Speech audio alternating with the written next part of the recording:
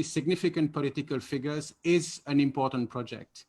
This is a project that helps us shed light on figures we think we are familiar with and of whom we actually don't know a lot. This is a project that helps us remember that regardless of what we think about politicians, love, fear, or even contempt, they still play a fundamental and indispensable role of mediation between citizens and the state and other forms of power. The role of mediation that politicians play, interceding in people's favor, listening to grievances, seeking to address them, addressing local issues, cannot be played by any other professional categories. Not by bureaucrats, who can at times be irresponsive or arbitrary in the way they deal with citizens, not by the media, who too often does not pay adequate attention to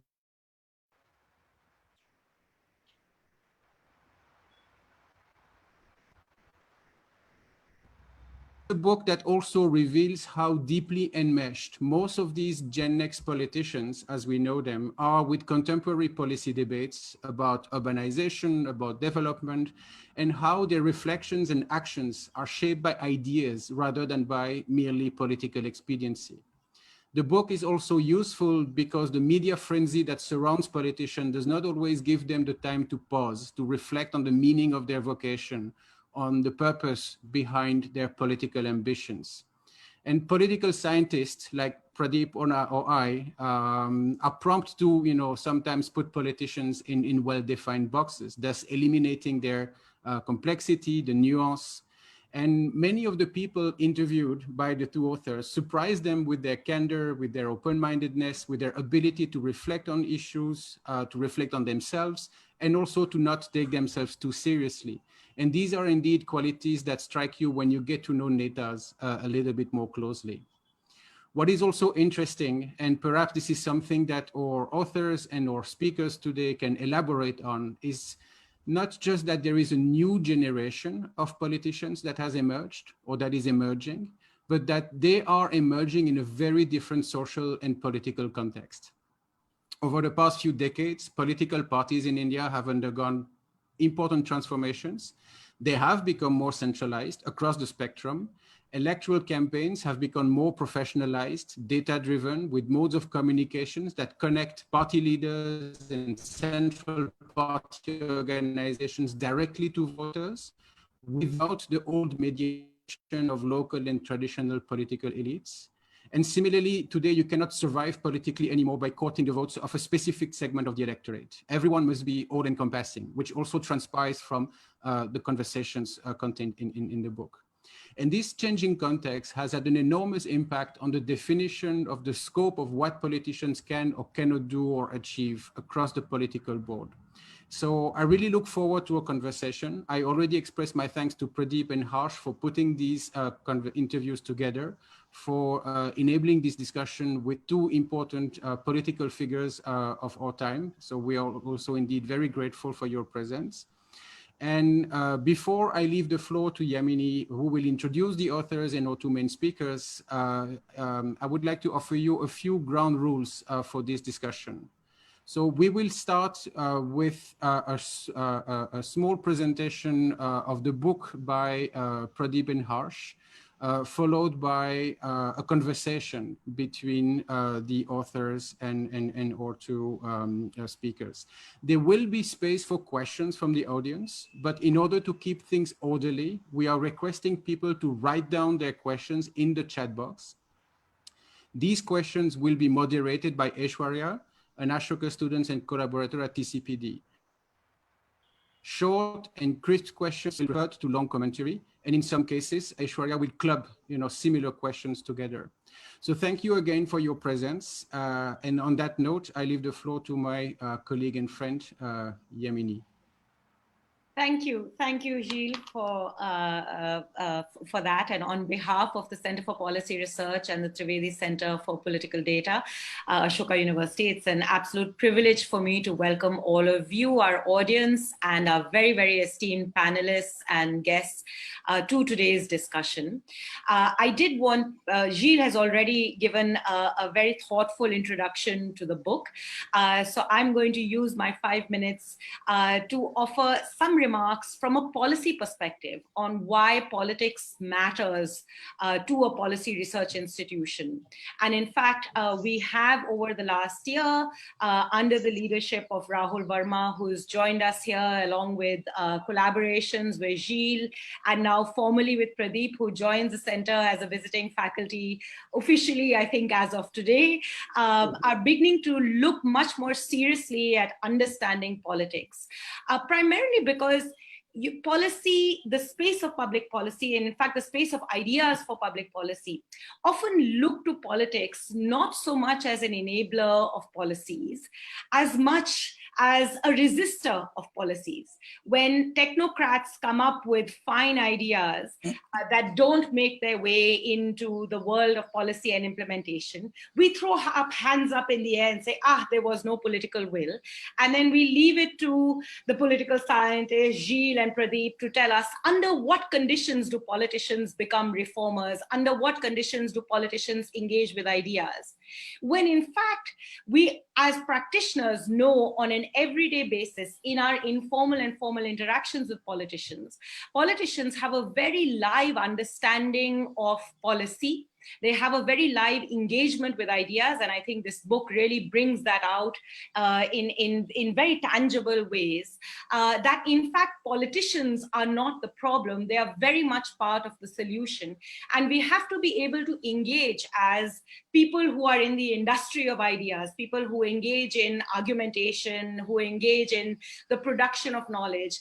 We have to find better ways of engaging with politics, with the process of politics. And the first part of that is to better understand our politicians.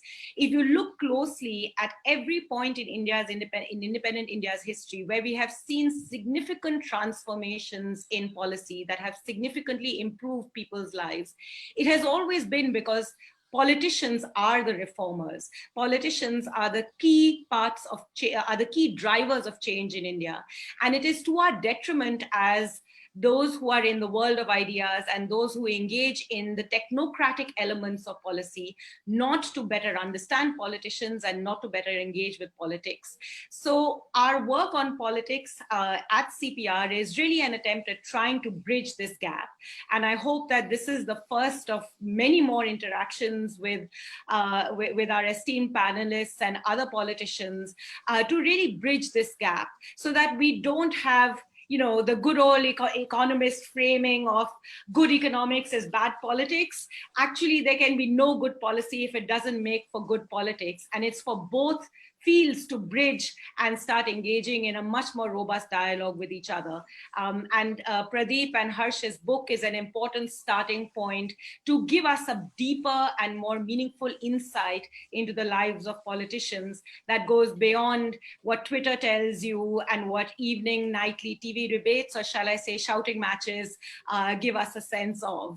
It is only to enrich us that I hope we can continue with these conversations, and perhaps in a small way that the world of policy and policy research can also find a better contribution to the world of politics. So thank you very much for giving us your time. Thank you especially Pradeep and Harsh for this very important book and for giving us the opportunity to engage with what your book is teaching us and the insights it offers, and to Mr. Devendra Fadnavis and Mr. Milind Deora to join us today for this conversation.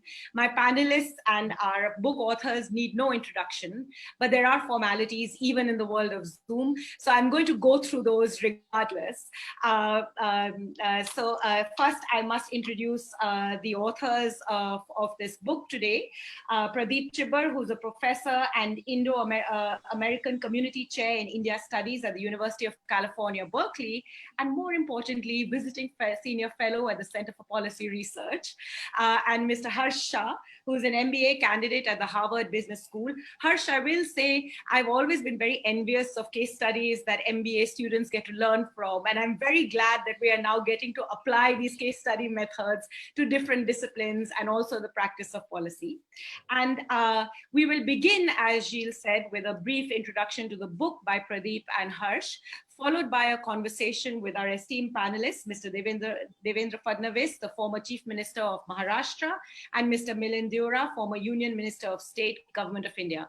It's really particularly exciting as we hear this conversation to have an opportunity to learn about what it means to govern a state and what it means to be a minister at the center, because those federal interfaces are also so crucial to the experience of the actual practice of policy that I think we rarely get the opportunity to engage with and learn from. So really looking forward to the conversation today. Thank you very much for taking the time to be with us here. And on behalf of CPR and TCPD Ashoka University, look forward to the conversation. Over to you, Pradeep. Thank you, Yamini. Thank you, Mr. Fadnavis, Milind Deora. Thank you, Gilles, and thank you, Rahul, and the CPR team, as well as TCPD and all those who are attending. This has been a long and, shall we say, mildly a labor of love in generating this book. And essentially the idea was, as Gilles put it very nicely, that for a very long time, academic discourse in India has been dominated by a very particular understanding of who politicians are and what they do. But when you speak to politicians on a daily basis, their own lives are a lot more hectic and a lot more constrained and a lot more challenging than we give them credit for, and how they manage to work through those challenges is something we were interested in finding out. There's also a belief that there is political expediency drives everything. And when we were speaking with many of these politicians, we realized that it's not only political expediency, but it's also that many of these politicians are careful, thoughtful individuals with deep and insightful perspectives on many aspects of Indian life. And that you don't get to be a political leader of any stature in India by just being a gadfly. But more than that, I think I'm going to turn it over to Harsh, who's actually been using all the skills he's learning in management schools, not only to talk about the book, but to also market and promote the book. So Harsh, thank you so much, and it's over to you. Thank you, Professor Chibba, and thank you, Mr. Fadnavis, Mr. Deora, Gilles, Yamini, Rahul, and the entire CPR team. I don't have much to add to what Professor Chibba said, but what I will say is that, we get a chance to see a lot of the politicians featured in this book, but we don't really get a chance often to understand what really, who is the person behind the persona or the public persona that we get to see.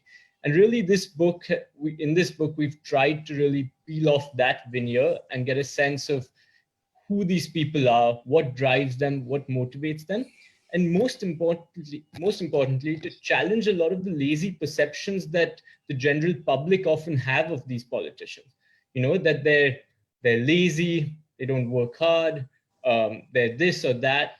I think this book allowed us to really go deep into understanding through a pretty wide and representative sample, though not an exhaustive one, who are the change makers, potential change makers in India, but more importantly, who are the personalities that will often be leading this country and hopefully potentially bridge that gap between policy and politics and its implementation, as Yamini alluded to. So I hope you enjoy this book. I think Professor Chibba and I really, really enjoyed it. Enjoyed these interactions. All of the interviews we did were in person, about an hour and a half long. Of course, it involved a lot of struggle, a lot of scheduling conflicts, a lot of pain, but it has in many ways been a labor of love. And we hope you find something, find a lot of value in it. And I hope you've learned something a lot with it as well.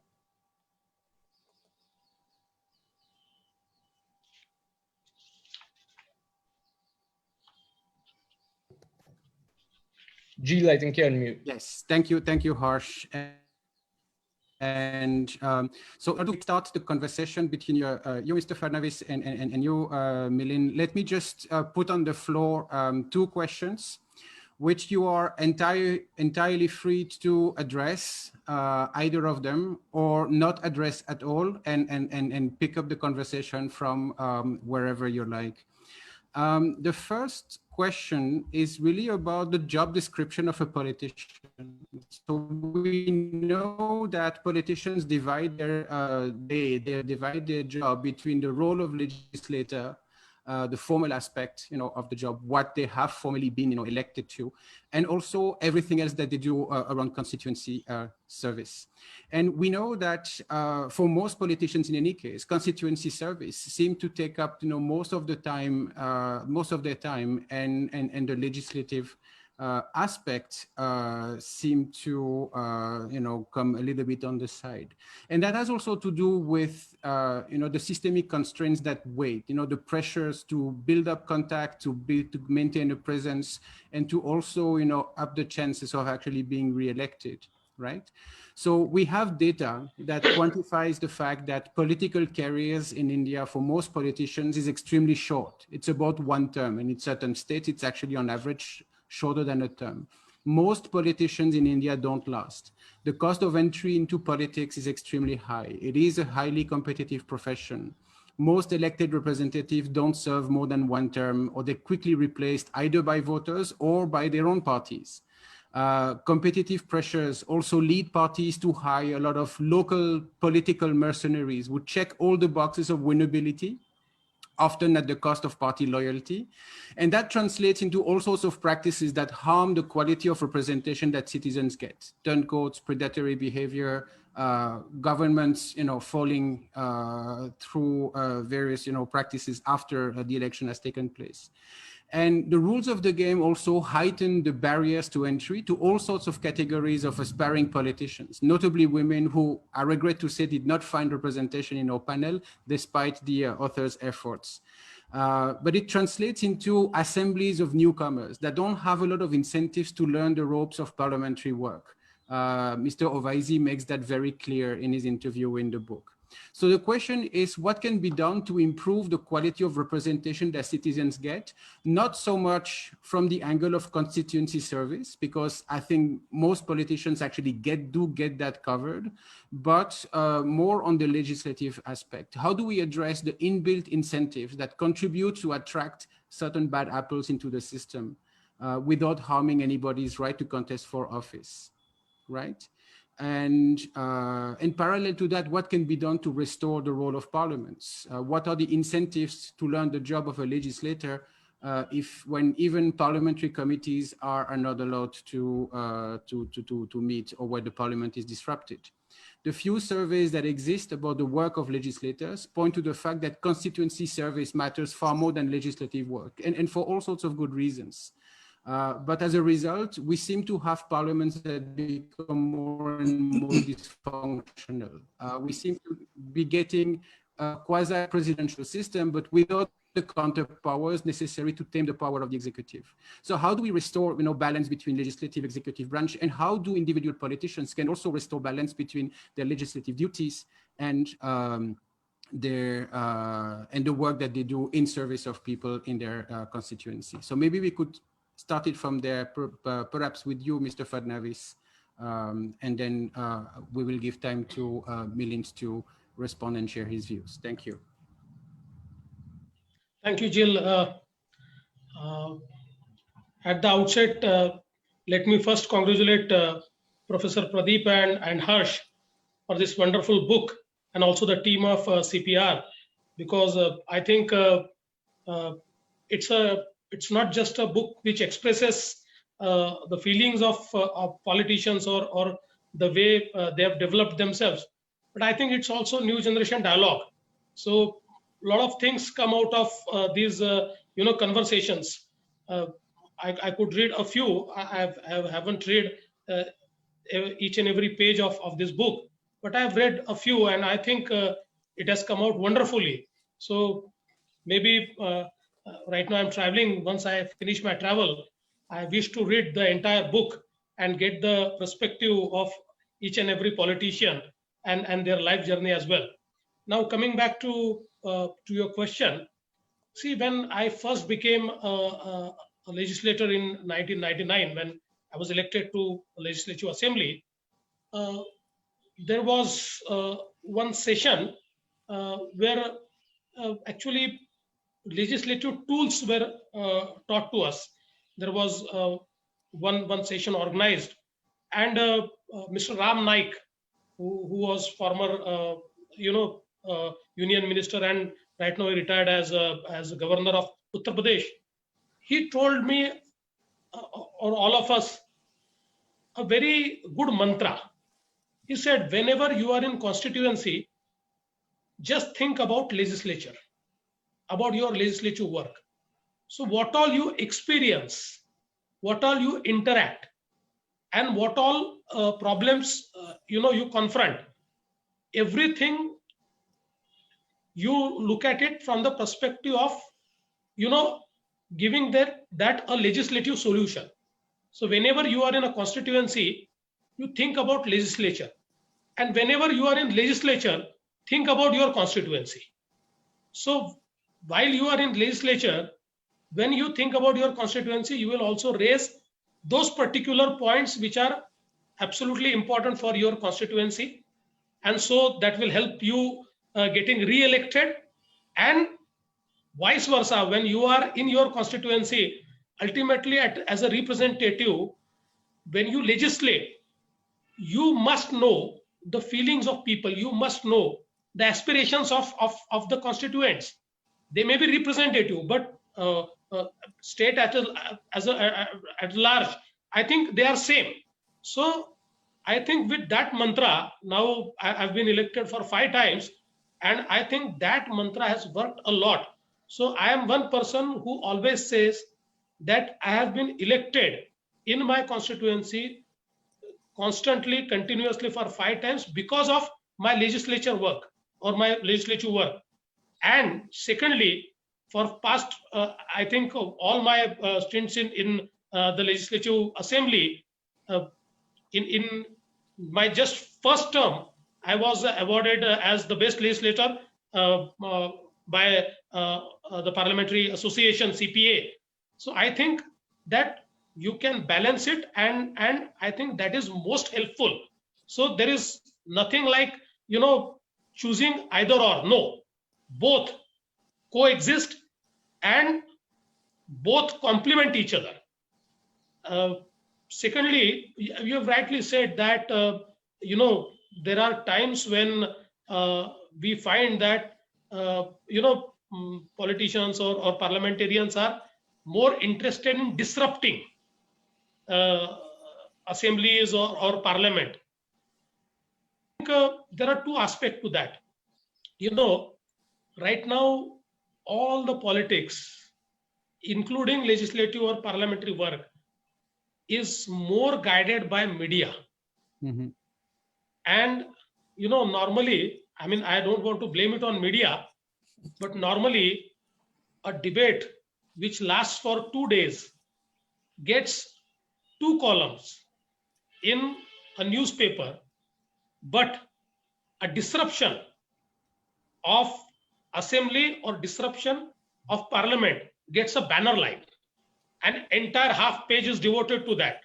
Or if you look at the electronic media, it becomes talk of the day, it becomes the debate of the day. So I think that, I will never support that, because I am one person who feels that by disrupting the legislature or parliament, you don't achieve anything. Mm-hmm. But by debate, if you are in opposition, you can pinpoint the shortcomings of ruling party. And so I think that debates are more important.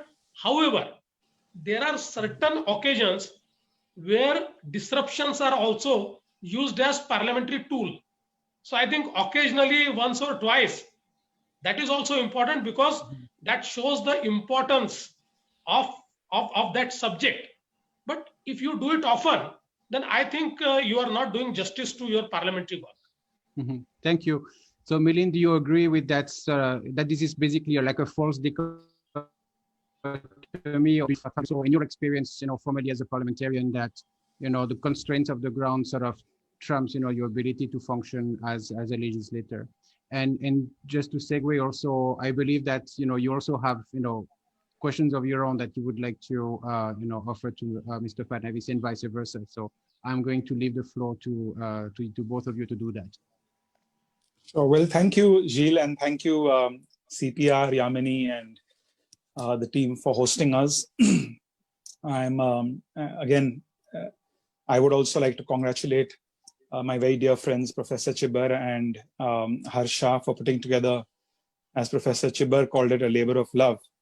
And I've had the good fortune of knowing both of them for some time now. I've had the good fortune and opportunity to visit both of them in Berkeley more than once when Harsh was an undergraduate student over there.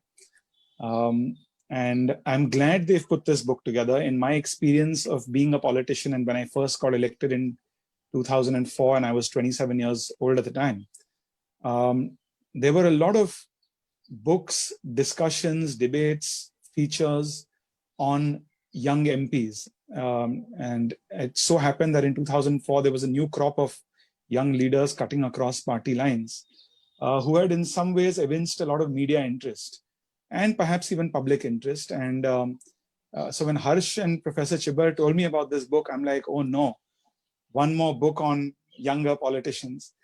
But in 2004, we were in our 20s. This book has obviously reached now, gone up to the age of 50. And I think a very big differentiator in India tomorrow and everything else that has been written and said in the past is that this book has tried to humanize politicians. I think Professor Chibbar and Harsh have stepped aside as curators and has allowed, people like Devendra ji and myself to speak our minds. And I was reading even Devendra ji's interview, which was fascinating to learn about his background, his start. His father was in politics. There are many similarities that he and I have, for instance, in politics. We both have a political background. He, of course, started at a very local level as a municipal corporator in the Nagpur Municipal Corporation at a very young age. Many people know Devendra Fadnavis as the chief minister of the second largest, most industrial state in India. But perhaps people don't know that he started out at a local level. And his politics has essentially been local and regional between Nagpur and Maharashtra. Mine, on the other hand, has really been more, I guess you could call it more national, between Mumbai and Delhi. But I think to Devendra ji's point, the question you asked, Jeel, it's a very tricky issue. And I think the example that Devendra ji, you highlighted about Shri Ram Nayak advising you about how to manage local with regional is something I remember I always struggled with, at least in my early days. How do you balance local with national? Because what I found was when I got elected in 2004, I thought that I knew that it was part of a national movement, a national wave, if you will. I understand that there are national sentiments at play, especially in a parliamentary election. But people also had local expectations from you. And when I would do my constituency rounds, go for programs, inaugurate MP fund work, etc., people were really asking me about the gutter on the street, the flooding, the water in their taps, their house gullies and the drainage lines which were built by the British in South Mumbai. And meanwhile, I was trying to sort of struggle between focusing on local issues and concerns and at the same time express myself on national issues. And I think that is an interesting conundrum that politicians, not just in India, but in any democracy face. A very good friend of mine who's a senator in the United States, he always tells me, he said, sometimes when we go back to our state and we're doing these town hall meetings, somebody suddenly comes and taps me on the shoulder and says, I just got a parking ticket and can you help me with that? But at the same time, they have to also talk about, the war in Iraq and the country's foreign policy. And those bring about challenges. Those are interesting issues at the same time, because I think a politician ultimately has to, a legislator, whether you're a MLA like Devendra ji is or an MP like I was, you have to try and balance local aspirations with regional or national aspirations. And it's a tricky subject. I wouldn't say that I perfected it when I demitted office in 2014. But I think to Devendra ji's point, the media has an interesting role to play. And I would just like to add to one point. I remember Devendra ji in 2005, when I had a chance to initiate the debate in the Lok Sabha on the Right to Information Bill. and which was a historic opportunity for me because I was, as I said, only 27 at the time. And, the RTI was, of course, a game-changing legislation. And it had been a legislation which existed in some states, including Maharashtra. But for the first time, it was being legislated at a national level.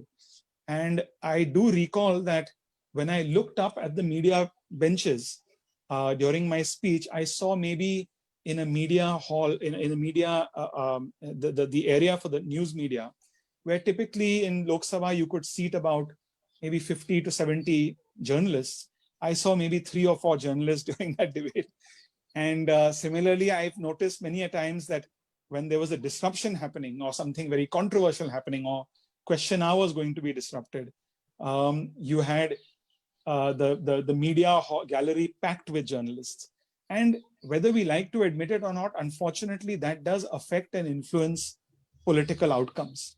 And that obviously then in turn has a huge impact on political outcomes. So in my view, Gilles, I think democracy in India and democracy around the world is certainly a work in progress. I think if I look back at it, I think India has done considerably well in 70 years. In some ways, when I look at what's happening in the United States today, I mean, they're more third world in their politics than we are in a way. We've kind of become more of a first world nation in terms of how we conduct our politics, and they've moved back, or whichever way you want to look at it, in spite of being the oldest democracy in the world. But I do believe that there have been great advancements, and I think RTI, again, when UPA and Congress was in power, was a great move. I think when NDA and Vajpayee ji was Prime Minister, the legislation which allowed for or which ensured and mandated that every candidate fighting any election had to provide 3 pieces of information to the public: their criminal record, their educational qualifications, and their assets and liabilities. I think that too was a game changer, and that put power in the hands of the people. I think our democracy certainly isn't perfect, and no democracy is perfect, and there are going to be many challenges going forward. But I do believe that India has made considerable strides in the last few decades, and there's a lot going for us in that sense. If I can take this conversation forward, and coming back to my point about you, Devendra ji, since when Harsh told me about this conversation and he said you're going to be part of it, and I asked him, is it a moderated conversation? And as you and I are used to, many moderated discussions, which you typically have a political journalist who comes and moderates these conversations. I immediately jumped in and said, Harsh, would it be okay if Devendra ji and I have a conversation together and we talk as friends?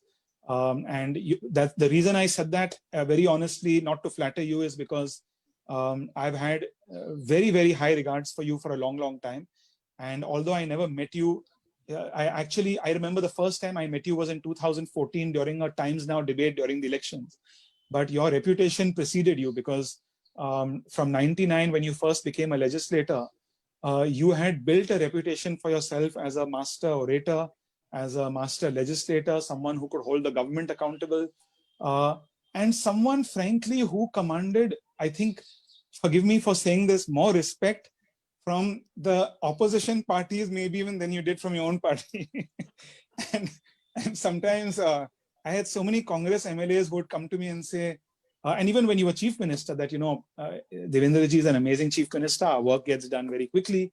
And I think that to me was fascinating. And I found that very, very interesting, because it in some ways reminded me of my father, who started like you, wherein he always told me that before he died, that, Milind, you were very lucky that at the age of 27, you could become an MP and you could go straight to the highest level of pillar of democracy and a temple of democracy, versus himself, who had to become a municipal councillor, then a mayor, then an MLA, then an MLC, and then an MP and a union minister. And I would just like to ask you, Devendra ji, as I said, that I don't know if many people know that in your early 20s, you became a municipal councillor from the city of Nagpur. And I wanted to ask you if that was inadvertent, if that was deliberate, if that was planned, if you aspired to become an MLA first or an MP first, but it just happened by accident. The reason I ask you that is because, funnily enough, in 2004, when I became an MP, I was actually very keen to fight the 2002 municipal elections. I thought I felt very passionately about Mumbai, and I felt that the best forum to serve is actually as a corporator. So I really wanted to know from you why you chose local politics. Thank you, Milind. Frankly speaking, I never thought that I will be a politician. So I was working as a student leader, and I just entered a university, and we started fighting the university elections and doing all sort of stuff. And at that time, my aspiration was to work as a student leader and to work in a student field for maybe 4 or 5 years. I also wanted to become a full-time worker of Akhil Bharatiya Vidyarthi Parishad, ABVP. And that was my dream. I never wanted to come to politics. But somehow, my mentors and those people who used to guide me, they one day told me that, look, we feel that you should start working for BJP. And I said, I don't want to go to politics. But they said, no, we have decided that you have to go. And, I come from RSS and we follow what our mentors tell us. So I started working for BJP. And you'll be surprised that when I was told, and I started as a ward president, and I was told that you have to fight the election of corporation. And I said, yes. And then I only knew that my age was actually not 21 years complete that time. So if the election, you couldn't become a no, I couldn't. So right. that was a problem. But there's thanks a minimum to age for becoming. Yeah, that's a minimum age. But thanks to the 74th Amendment, and the elections were postponed by 6 months, and I became eligible. I completed 21 years, and I got elected. And then that journey started, because see, I have a very focused mind. Whatever I do it with total focus. So when I entered the corporation for 5 years, I worked very passionately. And when I got elected again, and we had enough numbers, so I was a natural choice, because only 8 of us were second time elected. All the others, 64 people, we got elected in a house of 125. All of them were first timers. So I was a natural choice to become a mayor. Yeah, so right. It's all destiny, I would say. Of course, hard work is there, but I am a person who never thought that I will ever enter politics. I entered politics when I became corporate. I never thought that I'll become mayor. When I became mayor, I never thought I'll become MLA. When I became MLA, I never thought I'll become chief minister or a minister at all. So, right. so I mean, that was a kind of journey which. So destiny's child. Yeah, absolutely. But one thing I would like to tell you, that when I started my public life, I think I thought that it's a profession where you can really make a change. It's not like just pointing fingers. It is you who have to deliver. And I think that made a lot of difference. So I'm very happy with my journey. I think although a lot of things I could not do, a lot of things I must do, but I think I'm very happy with my journey. Having said that, Milind, I would also like to ask you one question. Sure. I mean, see, I know you, and I've seen you for many years, and you, like your father, Murli Bhai, you also have friends everywhere. But you were elected from South Mumbai, and South Mumbai is one constituency which has most inequality in terms of wealth, in terms of everything. Sure. So it's very difficult. I mean, you have the high net worth people like the global citizens, or the richest people in Asia and world, and like that, and also total people who are absolutely, who don't have anything, the have-nots who even do not have a place to live in slum.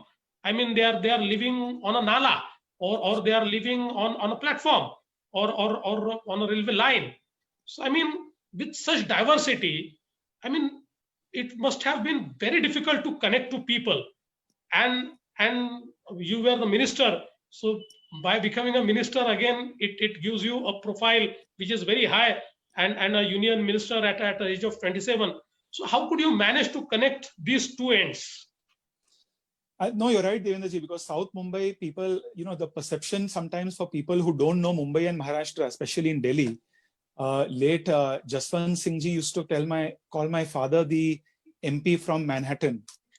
He used to say, because the perception outside of Mumbai is that South Mumbai is basically Haji Ali, Pedder Road, Marine Drive and Nariman Point.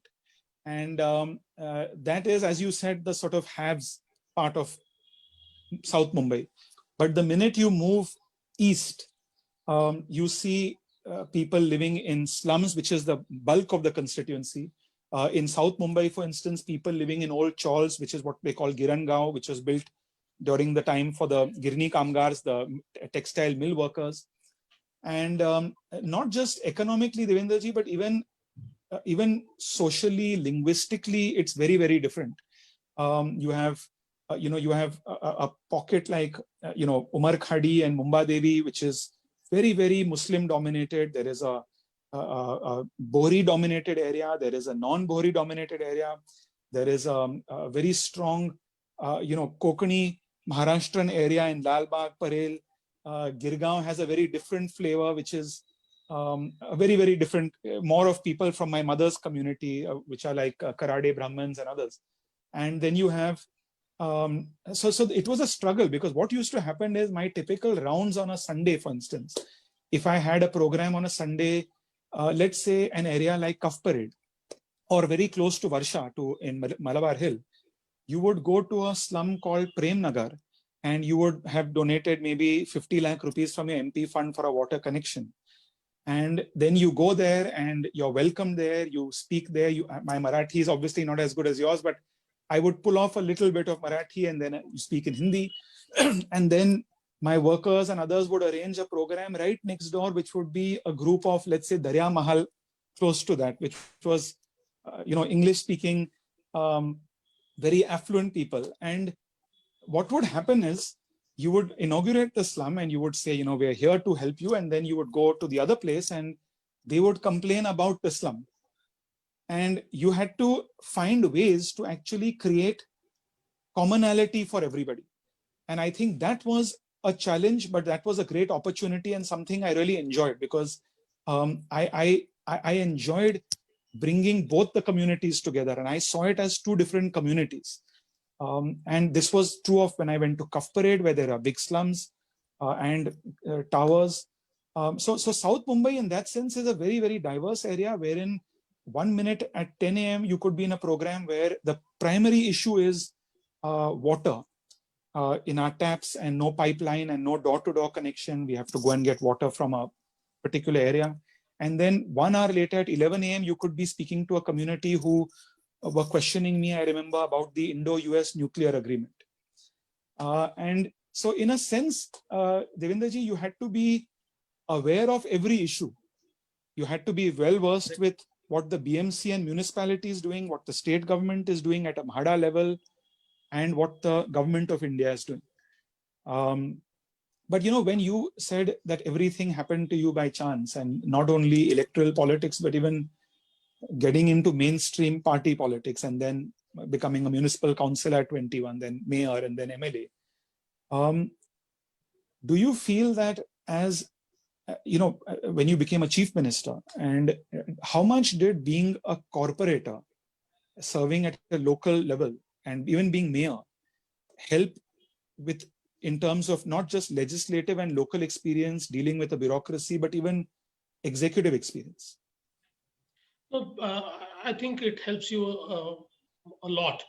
No, I always used to say, while talking to all corporators, I used to say कि जिसने पिछले जन्म में पाप किया वो corporator बनता है, और जिसने महापाप किया वो महापौर बनता है. So because you, as a corporator, you are accountable for every single thing, single thing. I mean, it's one of the most demanding job. Right from a light to gutter to sewer, every single thing. And people feel ownership over you. I mean, while talking to a MLA or a MP, at least they will have some respect. But many times I've seen that people find so much ownership on a corporator that they feel that he is a real servant and he has to serve. So I think I could learn a great deal being a corporator and also being a mayor.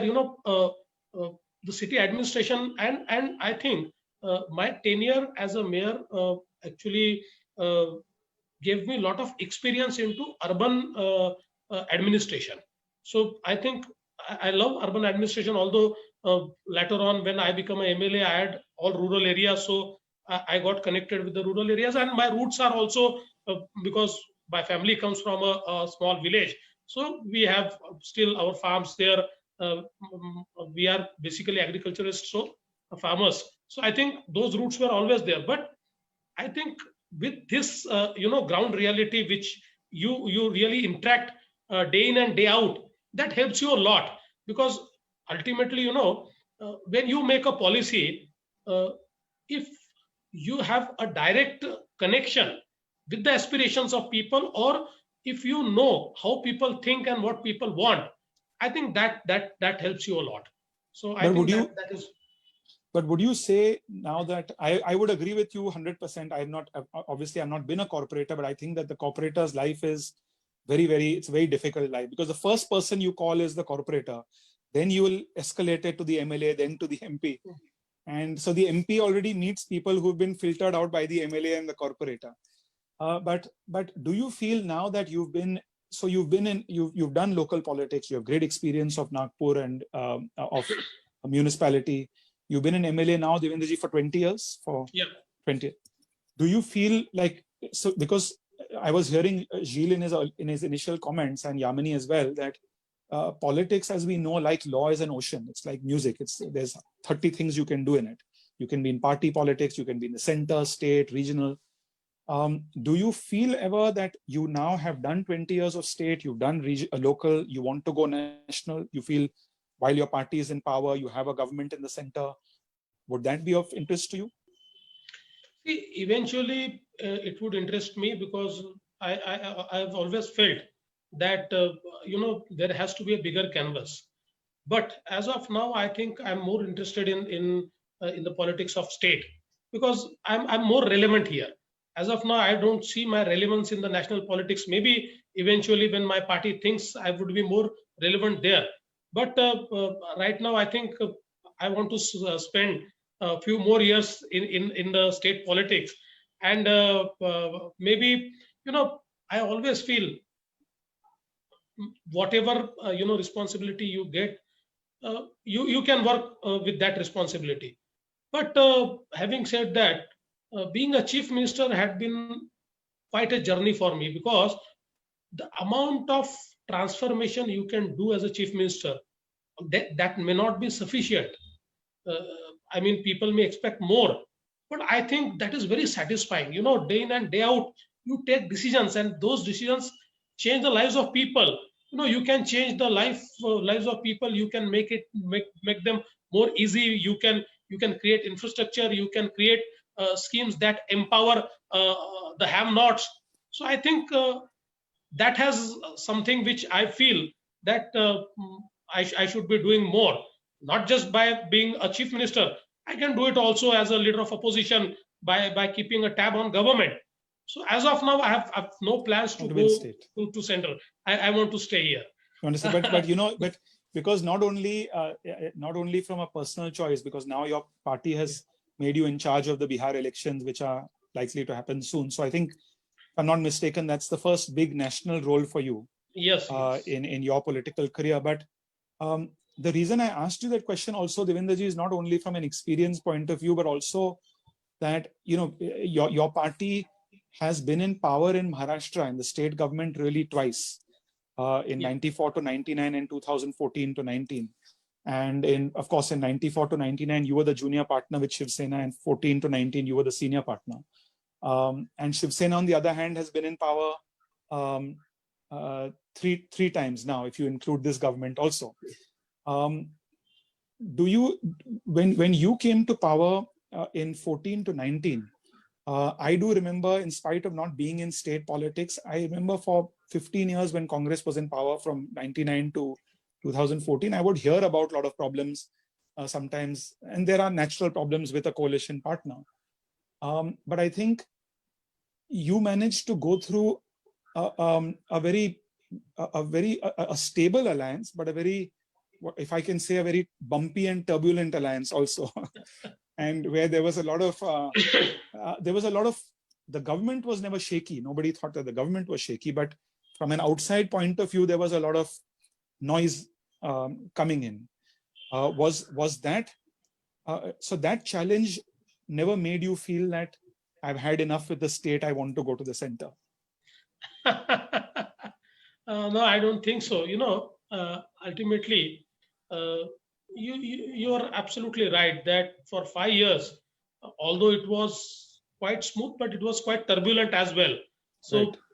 Many times I used to feel that why this is happening. I mean, when we are taking good decisions and when the other party, which shares power, is also trying to put itself in the opposition space.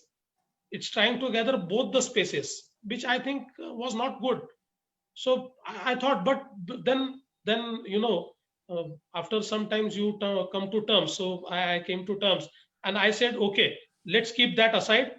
I will go on doing what I want, and mostly, I have managed my cabinet in such a way that all my decisions, despite what was the perception outside, all my decisions in my cabinet were unanimous, and there was not a single occasion where I decided to take a decision and my coalition partner could stop me.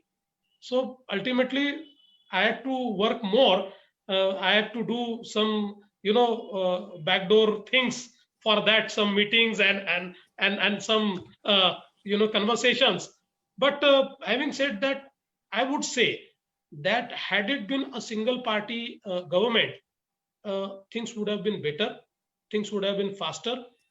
Some tough decisions which you want to take, because the party who's a minor partner doesn't want to take the ownership of tough decisions. They want to take the ownership of populist decisions. But ultimately, when it comes to tough decisions, then they want to shy away from that, and they don't want to be the party to that. Or maybe they want to put all burden on you. So that slows down the pace a little bit. But I think otherwise, I don't think that there was any problem. And in Maharashtra, and also for many years in the national politics, I think putting parties together was a big task for the person who was heading the coalition government, whether it was Atal Bihari Vajpayee ji, or whether it was Deve Gowda ji, or whether it was Manmohan Singh ji, or Sure. even for that matter, to some extent Narsimha Rao ji, because Sure. he also had to manage people. But Right. I think both has its advantages and disadvantages. But I still feel that if the government is stable, then it is able to take tough decisions, and we need tough decisions. But would you say, Devendra, coming to a point about coalition politics, and I mean, I actually didn't want to talk about politics. I wanted to focus on individual issues and concerns and views on politics. But how do you see coalition politics evolving going forward? Because frankly speaking, nobody could have ever imagined, and I say this even though my party is part of this coalition in Maharashtra, that Shiv Sena and Congress will come together. And I'm sure maybe even you would have never imagined that. Never. But it's politics is funny, because back in the day when Congress was the largest party and the center of Indian politics revolved around Congress, we pushed all the regional parties and other parties with very differing ideologies to come together, including the Jan Sangh at the time. Correct. And so that tends to happen. But how do you see coalition politics evolving in Maharashtra and India?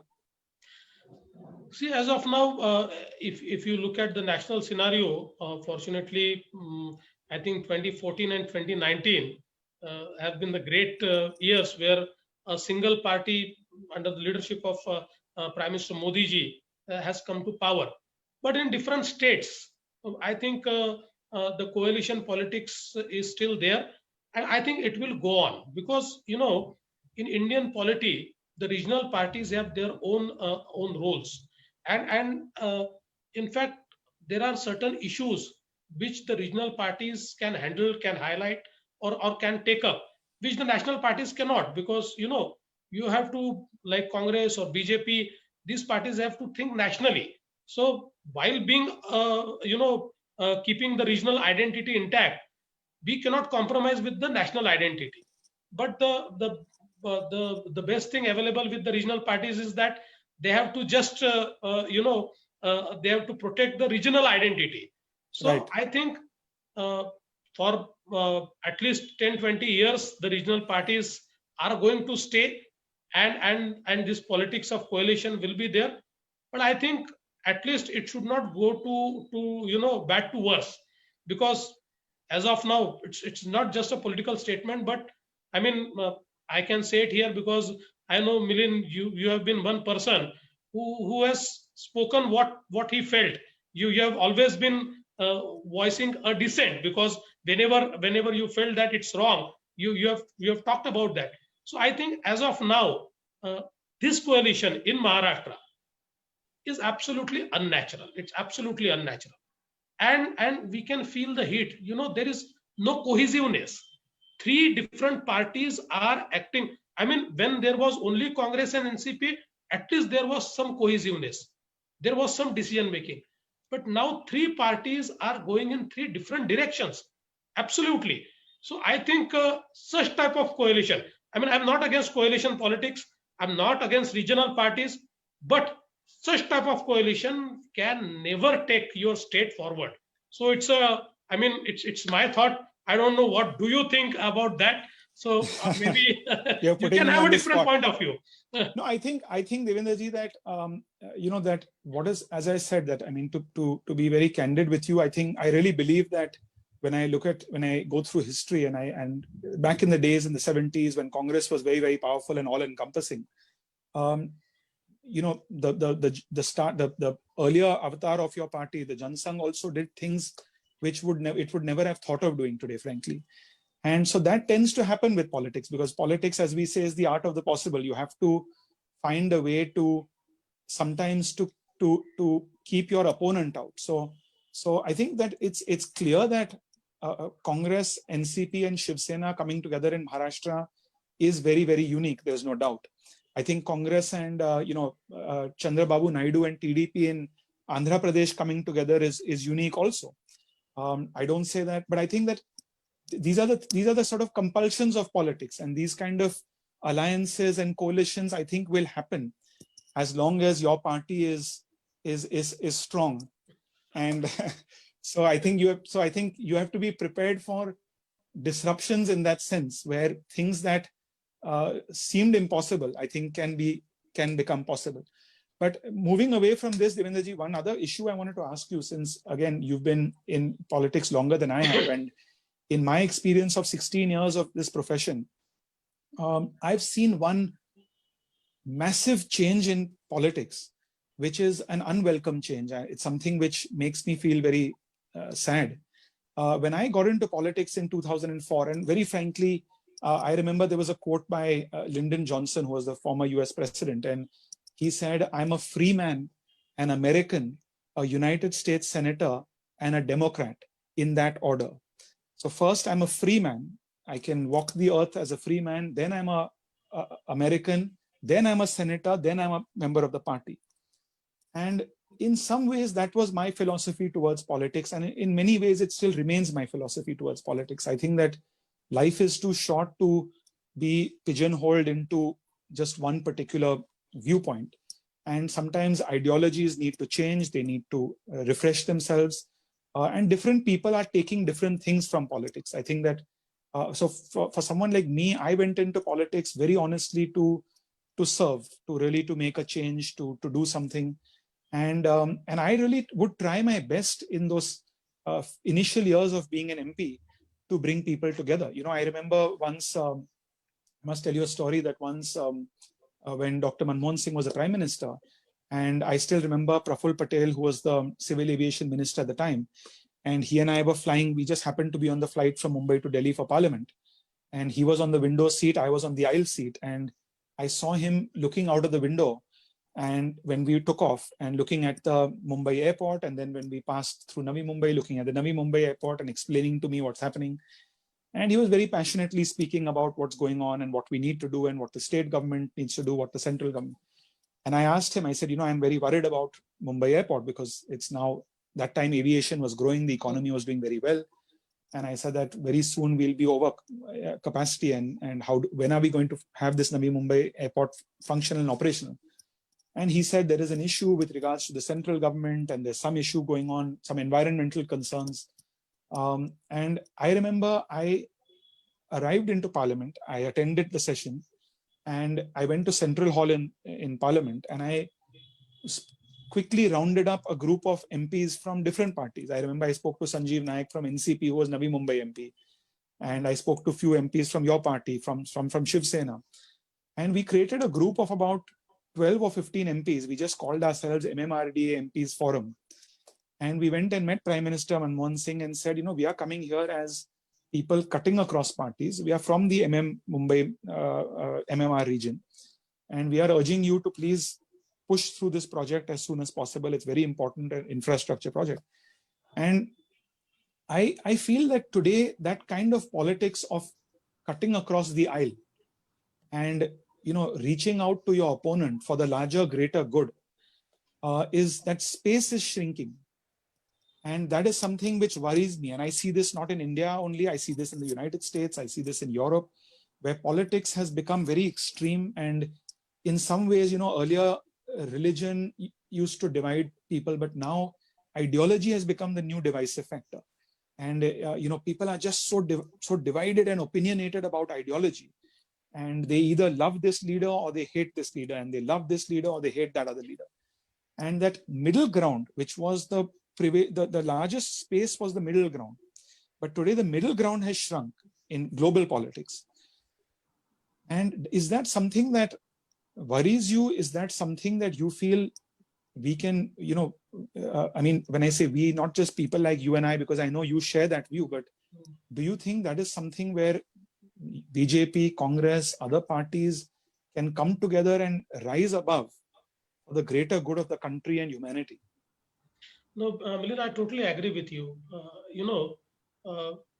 There's absolutely has been a shrinkage in the space. And I've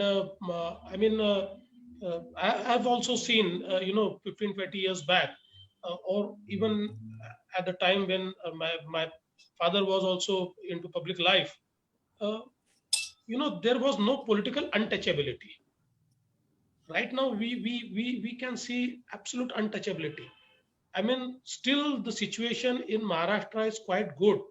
Still, people who talk to each other can talk to each other. But I can see in some southern state or northern states, True. They are real enemies. How can that be? I think in politics we have seen that even I have experienced as a legislator from opposition that many times I have myself done that I could come down heavily on a minister that this is wrong, that is wrong, that is wrong. And then after that, the minister inviting me to his chamber for lunch, and I have gone and taken lunch with him. And we had a discussion on lunch, and he could talk to me that, what should we do? And these are our difficulties. Now, I think that is absolutely shrinking, and that's very worrisome. Ultimately, we may have ideologies, we may have, different policies, we may have, different thinking processes, but we must understand that all of us are working towards one goal. There's not a single party which would say that we don't want development of India, or we don't want development of our people. So if all of us are working in the same direction, then we may have different ideologies, but we are not enemies. So, like Atalji used to say that we are opponents, we are political opponents, but we are not enemies. right now we could see no political opponents, we could see political enemies, and that is, I think, very worrisome. We need to work on that. And But why do you think that's happened in India and globally, Devendraji? What is your take on it? It's absolutely, it has happened in India, it has happened globally, and I think each one of us needs introspection. I mean, it's not about this group or that group or this party or that party. All of us together as a community, who are into politics or who are into public space, I think all of us need to do some introspection, because there's not you just cannot pinpoint a single person who is responsible. If this deterioration has happened, eventually all of us are responsible, and all of us together can only make it good. So I think people like you, people like me, who are known to be people from mid path, it's our responsibility. I've seen you doing such wonderful things. I mean, I may change the discussion a little bit, but I've seen that in these COVID times, despite, I mean, as of now, you did not have any responsibility as a public servant or a part of government, but you created such beautiful COVID centers, and you tried to help people. I think this is a style of working which all of us need to do. We are not just people who are working for A or B, but we are responsible to people at large. And I think it's our responsibility to do something which is worthwhile. Thank you for that compliment, Devendraji. On coming on COVID, if I can maybe the last question, if Harsh and before the moderators want to jump in. I think it's important because we are both from Maharashtra, and Maharashtra has obviously been the hotspot for COVID. And you also lived in Mumbai for a long time. I live here. I've represented Mumbai. One thing I've observed, Devendraji, and this is actually, you're the right person to ask, because you've been chief minister, you've been a mayor of a city, of a major city in Maharashtra and India also. What do you think is inherently wrong with the BMC, with the municipality? And how do you think we can reform it to a stage where today we saw what happened largely because COVID was a magnifying glass on the BMC's problems. Tomorrow it could be a flood. Day after it could be something else. And I have often, broken my head on trying to understand what are the reforms needed. One thing I've always thought of, and I don't know if you agree with this or disagree, and I hope it's not something which is politically sensitive that we cannot admit to, or even if we agree with it. One thing I've always thought of, and I thought that, Mumbai is today, it's still one of the greatest cities in the world. It's the second largest city in India after Delhi. It has a population of 20 million plus people, one of the largest, most cosmopolitan cities in the world. But yet I've noticed when there is a flood, when there is COVID, when there is a terrorist attack, unfortunately, the chief minister is the first person who is expected to come. And I don't expect that to happen because the chief minister has 48 plus districts to cover. He can't, or she can't be in Mumbai. But nobody knows who the city's mayor is. And I remember I used to talk to my father about this very often because he was a mayor, and he had a certain profile as a mayor, but again, the powers did not exist at the time. Do you feel some greater devolution of powers wherein a Mumbai mayor becomes maybe elected? Once I had come to meet you, in fact, when you were chief minister, with a campaign for directly elected, directly accountable mayors. Do you think that will help us to have a mayor who is powerful, like a London mayor or a New York mayor, or and some states in India have that. In fact, Tamil Nadu has directly elected mayor, which is why a regional party leader from DMK, Stalin, the son of Karunanidhi, chose to become a mayor, because that means that shows that the post of mayor of Chennai has powers. Mm-hmm. Can we create that? And is that possible? Is that advisable? I'd like to know your thoughts on that. I think if I may just intervene, because the time is the clock is turning, and now is actually a good time to bringing also our two authors and the audience also. So may I suggest that we take a first round of questions, and then I will certainly would like you, Mr. Fadnavis, to go back on these questions of Mayor, because it is indeed a very important question. But can I ask Pradeep or Harsh to step in back into the conversation? And Ishwarya, perhaps if you could start with maybe 2-3 questions for our speakers. Thank you. Sure, Jill. Thank you. So I guess, one question we had, and really as an attempt in our book to unravel the personal brand of politics of all the leaders we featured and we spoke with. One thing that stood out to us, say for Milind, for instance, was that he's never afraid of expressing his independent perspective, even if that contradicts with his party's position. And I remember a tweet from the UPA 2 days, which Milind might find embarrassing now, but which said, "If Milind says something, can Rahul be far behind?" And what we're seeing more recently is that a lot of parties now, you have to really toe the line in terms of the expression of your expression of the party line rather than expression of your individual sentiment and independent perspective. We saw this not just for the BJP, which people often accuse them of having a very strict mindset on that front, but even recently you've had Congress leaders getting removed from the party because of them questioning the leadership or questioning the party organization in some ways. And this is just across parties. What we want to get a sense of is the space for independent voices and dissent shrinking across political parties? And if so, why is that happening? And what can we do to change that? You want me to go first? Yeah, please. Sure. Firstly, I mean, I think that I've never strayed away from a party view in terms of a core ideological view, but on issues of governance, on issues of development. So let's say, for instance, should Air India be privatized, for instance? I have a very strong opinion about some of these issues. And I think on peripheral issues, Harsh, I see no harm, and I think it's true of any party, regardless of how disciplined or how freewheeling a party allows you to be, to take stands which may be a little different. Unless you are a party spokesperson, then you have to be very, very disciplined, and then your voice is the gospel voice, so to speak, of the party. And so, for example, a person like me, I could never really be my party's spokesperson because I am very free in my mind and my views, at least on peripheral issues, to comment on those things. But I think it depends on the post you have. If you are a minister in the government in a particular government, you obviously have to be a little more responsible because you're part of what they call collective responsibility. If you're a spokesperson of a party, you have to be very, very responsible.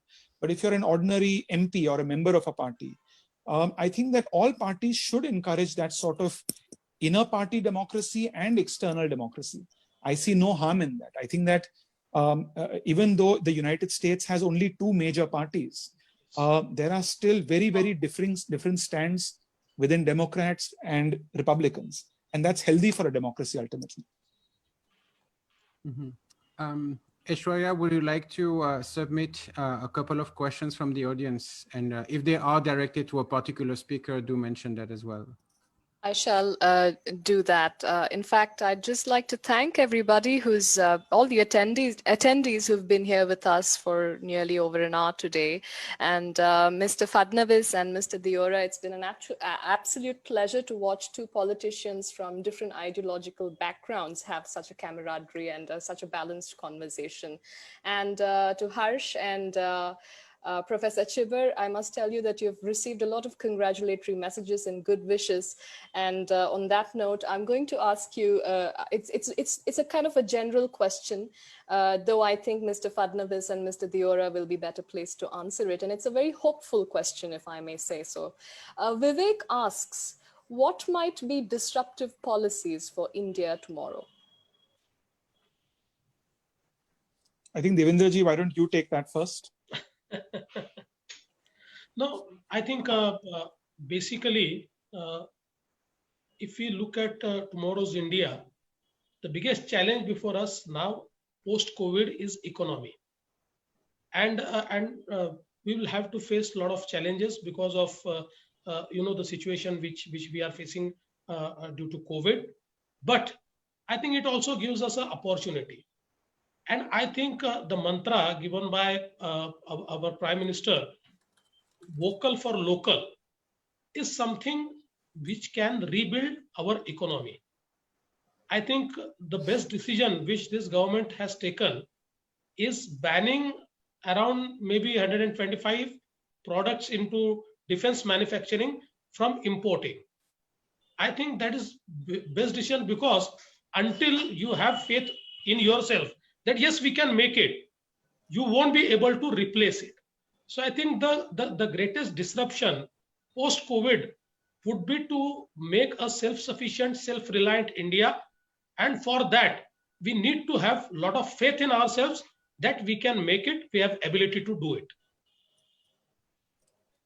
I would also tell Vivek the same thing, that I mean, the biggest challenge and the biggest opportunity for India, without a doubt, is the economy going forward. And I think India is well poised on multiple levels. I think in a technology space, for instance, there are great innovations in the future that can come out of India. We will have to look at reinventing our economy, reducing our dependence perhaps on certain sectors that may become irrelevant after COVID. But I think that if you look at artificial intelligence, the industry of AI labelers, that is a huge employment generator to start with. And I think Indian tech companies, BPO companies, IT-enabled companies can very easily replicate that success and become, in a sense, the AI labeling hub for the world, because that's something which will create a lot of jobs, and that's, the world trusts us. It requires skills, again, like English. I think also a big area, I wouldn't say it's a disruptive area, but in addition to tinkering policies and reducing our dependence on certain imports which make us unproductive, I do believe that creating and enlarging and enhancing our manufacturing base is of critical and strategic importance in our country. And that in time will start to happen. If you look at what's happening with 3D printing, for instance, 3D printing was essentially for aeronautical designs, for metals, to some degree even for foods. And now you're seeing startups in the United States, in Western democracies, in Europe, who are beginning to 3D print even shoes and t-shirts. And they're printing 3D shoes from recycled material like plastics. Now, if that takes off, you will see manufacturing coming back home. What that will also do is that will also reduce the world's dependence, let's say, on a country like China's. And that will allow India to become far more self-sufficient, to grow its manufacturing as a percentage of its overall GDP, and ultimately create jobs here.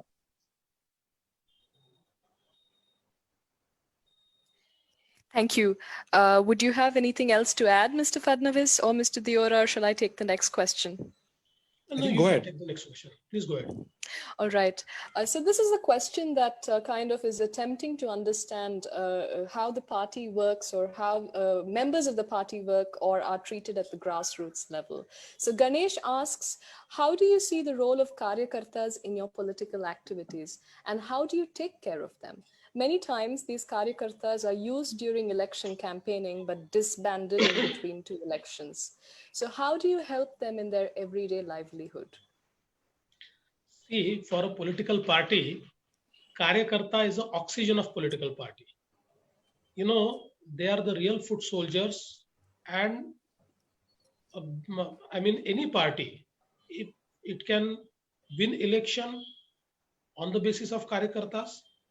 It can connect itself with the general public on the basis of Karyakartas. So I think they are something which, we feel that we have to treat them well. And so far as the Karyakartas in BJP are concerned, I think we value them. We value them a lot. So it's not just that we use them at the time of elections, but 24/7, the Karyakartas are with us. They are part of our family.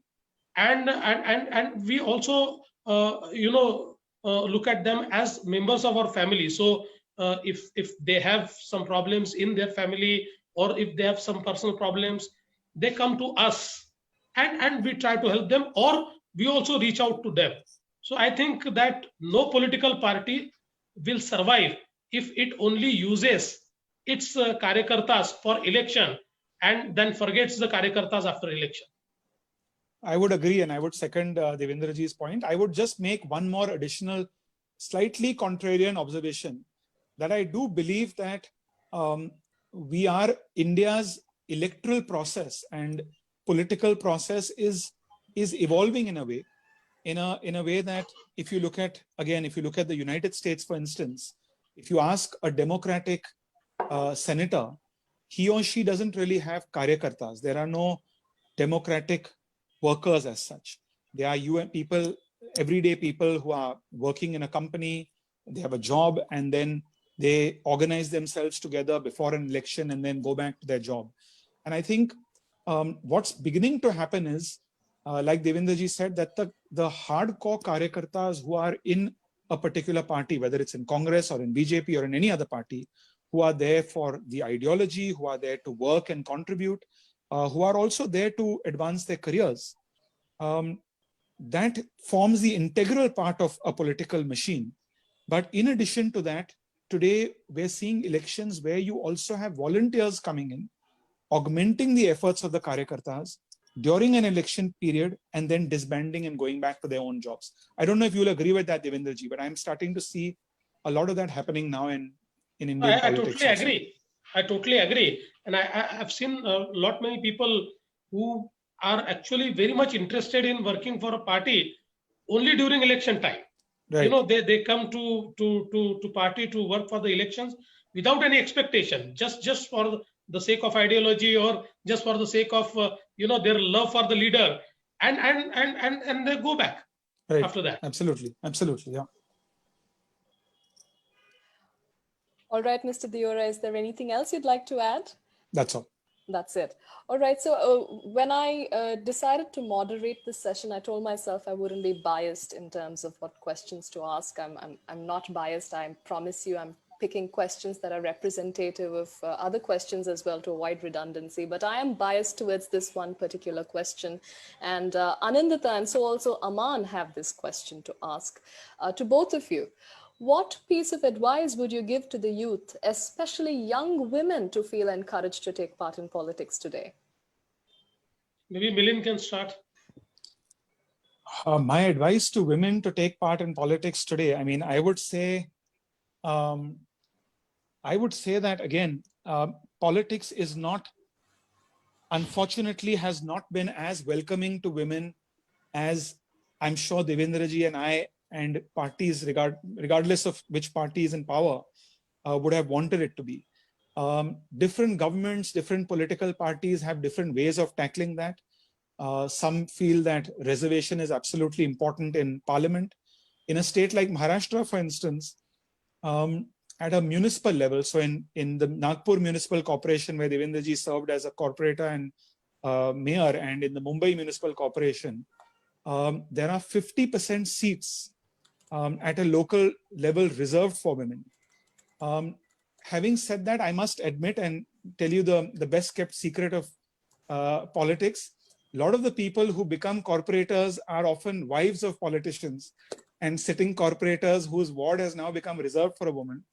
And then they feel their wife or their sister or their daughter or their mother. And that's fine. That's part of politics. Nevertheless, women still do get in.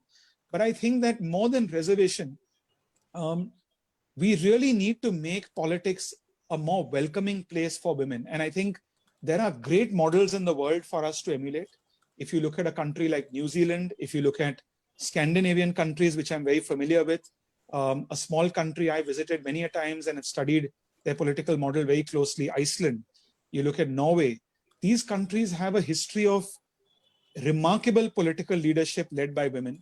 And these countries have demonstrated that when women are in positions of power, not just as legislators, but in executive positions, the country's economy is better managed, the country's foreign policy is better managed, the country's social sector, its hospitals and schools are better managed, and the country has a more compassionate attitude towards its citizens. So my message to women would be, that certainly I'm not going to lie and say that politics is an amazing place for women. It's tough.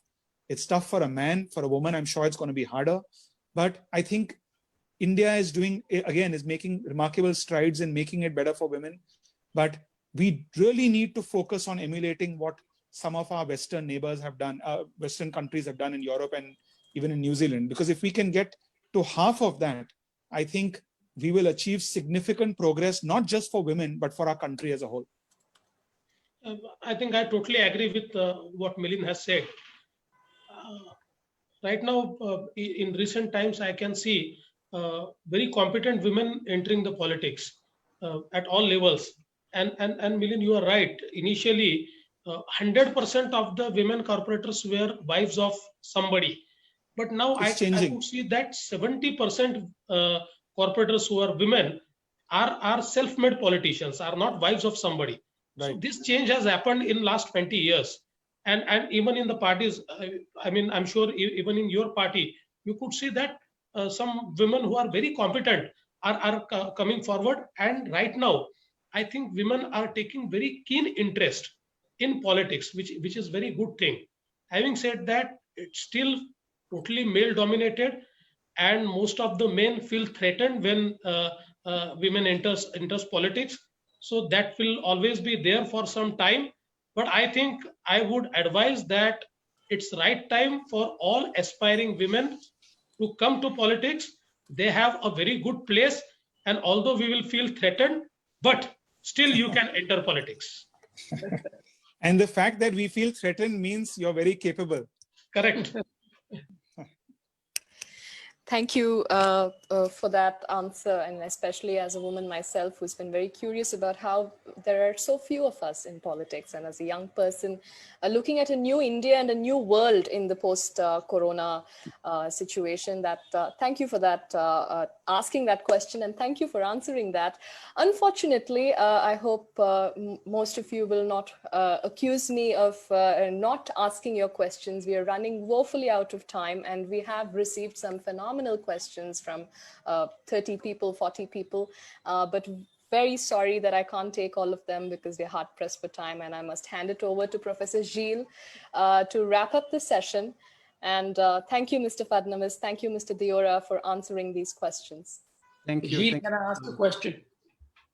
Actually, you know, I was about to say that those of us who know Pradeep and those who've attended his colloquium at Berkeley know very well that what he likes best to do is to stand at the back of the room, like sort of he's doing now in the corner, not say anything, watch the proceedings, and actually end the conversations with, 2-3, killer lines that sort of sets the tone and of the debate. So there is actually one question I have for you, Pradeep, and Harsh, because most political figures you interview in the book, barring maybe 4, maybe 5, were not born outside politics. So I wanted to ask you whether that was intentional, whether that is coincidental, or is it just reflective of a state of affairs in India that most of India's lasting political class is bound to remain dynastic? And I know the argument that not everyone is a dynast, but if you look at those who last in politics, those who have extended careers, those who occupy high positions in executives or within their organizations, tend to be far more dynastic than the larger population of elected representatives. And in a way, maybe with the exception of Jignesh Mivani, which you also interview in the book, all the political figures that are included are all, kind of elite in their own ways. Some, like Mr. Fadnavis, started locally, but Mr. Fadnavis also has a political background. Milind's background, of course, is, publicly known and so forth. So maybe I'd like to have, some of your thoughts on that, on the elite character of India's political class, and then give you the liberty to close the conversations in any way you like. Harsh, you want to go first? Sure. So Gilles, to answer your question, I think the way it started off was, to answer your question directly, it is representative. We wanted to make our list of 20 politicians representative of the fabric of India's political class. And when you look at that, you do find them coming from an elite background, and you do find a lot of them being dynasts. Having said that, our process was very iterative. So we would start with a list of 30 or 40. We would constantly be changing it. And what we found when we interacted with many of the dynasts was that while they've had privileges to start with, a lot of them have had to sacrifice a lot as well. And there was a lot of sacrifice going into their becoming of politicians, but also sustaining as politicians. And we found a lot of character in those stories, and we thought it'd be nice to tell those stories as well. So just to throw a figure at you, 6 of the politicians that we've interviewed in this book lost their fathers at a very young age, some of them in violent assassinations. Many of them have had to sacrifice things at a very early age. Many of them have had family issues growing up or later on in their lives. And many of them more recently, and Milind being one of them, have even had to lose their seats that people so often accuse them of having, got their seats handed on a platter. Many of them have lost their seats and constituencies as well. Talking about those issues, and especially for politicians with a privileged background, was in some ways fascinating for us and hopefully for the readers as well. But now I'll hand it over to Pradeep to give his killer last line. No, I don't have any question. I actually will take a different point of view, and I agree with Gilles. I'm a political scientist, so pardon me, Devendra and Milind. I think that Indian politics is unusual in the sense that when you speak to people, and this is what's going on, and that Indian politics is unusual because India is one of the few countries where the political parties are controlled by dynasts, which is extremely unusual. There are exceptions. But there are more dynasts in the parliament, as many people may know, in places like Japan, in Philippines, and Indonesia. There are many more dynasts than we do in parliament. But most countries don't have political parties being controlled by dynasts. And I think, to my view, and I'm going to cross a line here, I think it has to do with the role of money and careers in building political lives. And I think that becomes important. And therefore, it's better to keep some things within the family than to have a much wider and a structured organization. So I think that's the first thing. The other thing, which is more deeply disturbing, purely intellectually, is that when we were coming up with the list, we would ask people who are the politicians we would talk to. And you realize that the people who have managed to come to power are disproportionately dynasts. And these are the politicians who we as a society are considered to be leaders, right? So that's a cultural element to this, which I think we need to be cognizant of and think about harder. I don't have a good answer to any of these things, but those are things I'd like for all of us to think about. But we are coming to the end of this, and I just want to ask, this is not a question, this is something I noticed when we interview both Mr. Fadnavis and Mr. Deora. They are people with an extremely positive attitude. But politics is also for the paranoid, which means you're always afraid that somebody is going to take your seat. So this is a question I want you to think about. How do you manage to be positive and paranoid at the same time?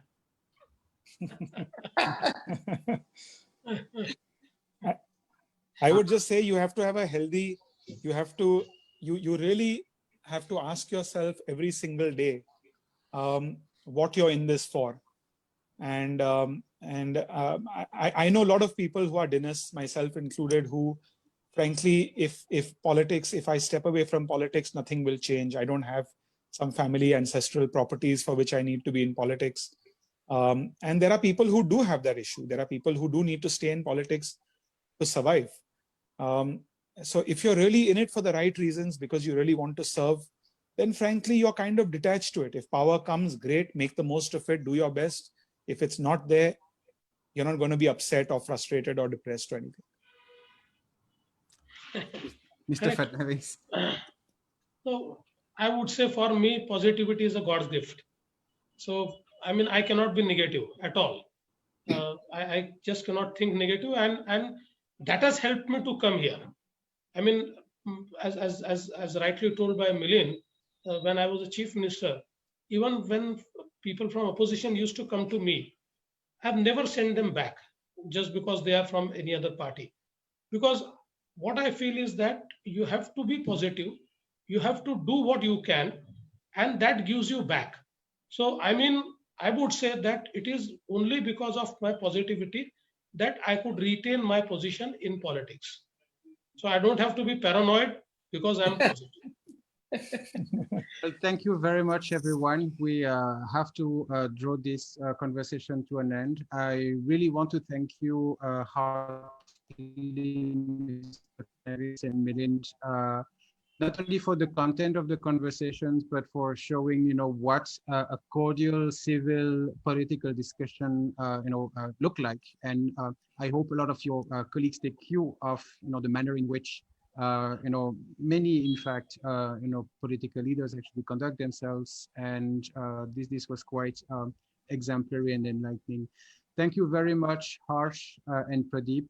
Once again, congratulations for putting these very insightful interviews together. Many thanks for the CPR to host this conversation, and of course to my colleagues, Aishwarya, and to the audience as well. I wish you all a very good evening. And Pradeep, have a great day. Thank you. Thank you, everybody. Thank you. Thank you, and congrats Thank you. again, Pradeep and Harsh. All the best. Thank you. Thank you. Thank you, Milind. Thank you for everything. Seriously. Take care. Bye-bye. Bye. Bye.